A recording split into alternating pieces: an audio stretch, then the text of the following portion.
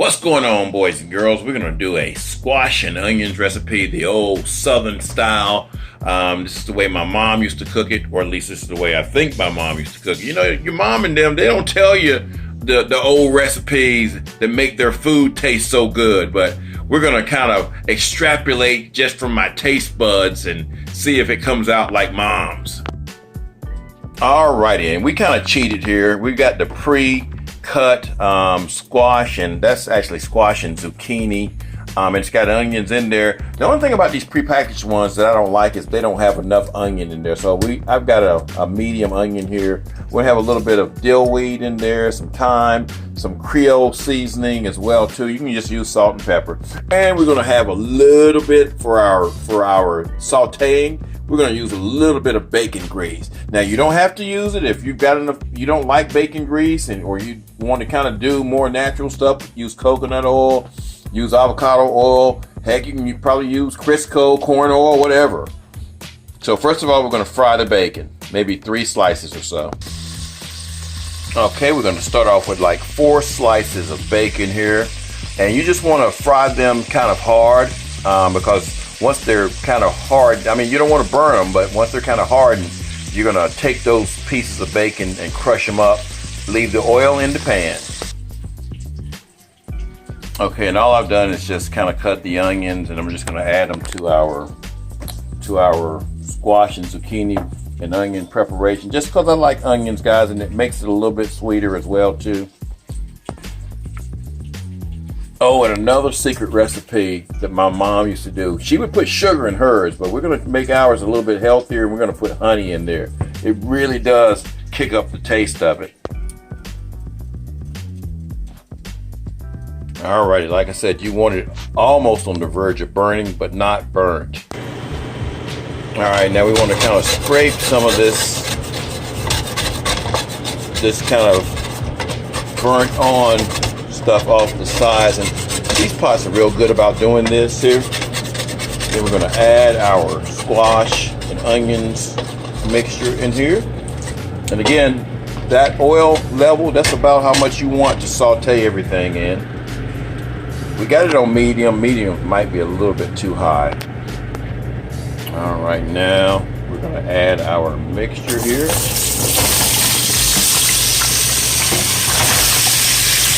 We're going to put our spices on it.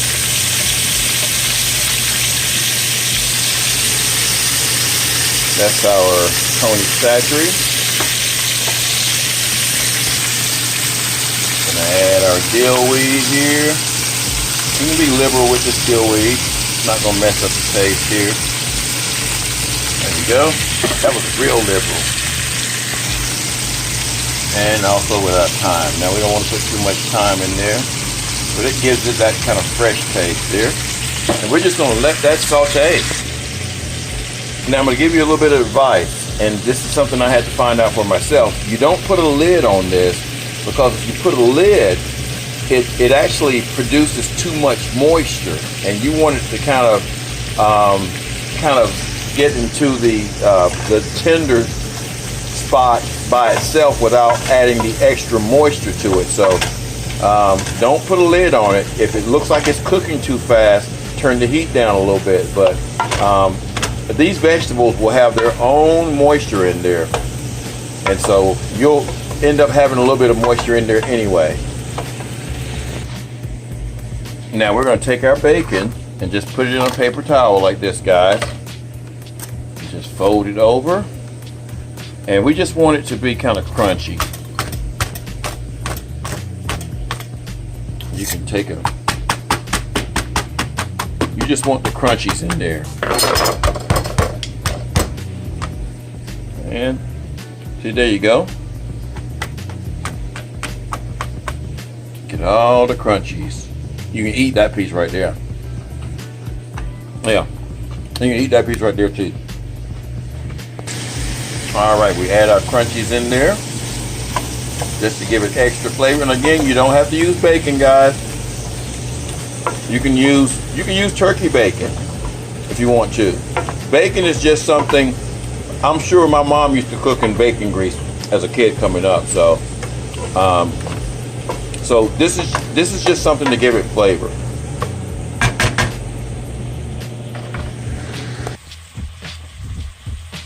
All right, let's take a look at it. See all the juices starting to form in there, guys? And see how the squash is starting to soften and get tender. Some people will eat it like this right here. And it'll be good just like this right here. But we're going to let it saute down a little bit more. I like mine to be a little bit more, almost overcooked, guy. But the flavor is just so doggone good. Also, it's at this point where you add your little bit of honey here. We're going to use about maybe a tablespoonful, not much. You don't want it to be like candy. Just kind of stir that in real well.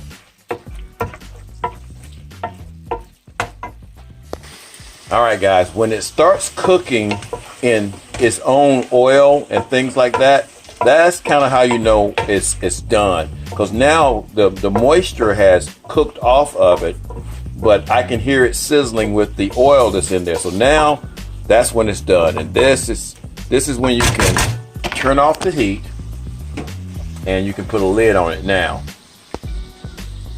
And that's how you do it, guys. Old Southern style squash and onions like my mom used to cook it, and I guarantee you they're going to be delicious. We'll catch you the next time. Peace. Alrighty, then once you get everything served, we got some lamb and we got some Brussels sprouts and some squash and onions, and it's all plated together, and we don't have any starches in here. Like, you know, some people like some steak and potatoes, but we just did some Brussels sprouts and squash and some lamb. So it all turns out good. It'll all be delicious, and it'll all come out the same way. Peace, everyone. Y'all have a great day.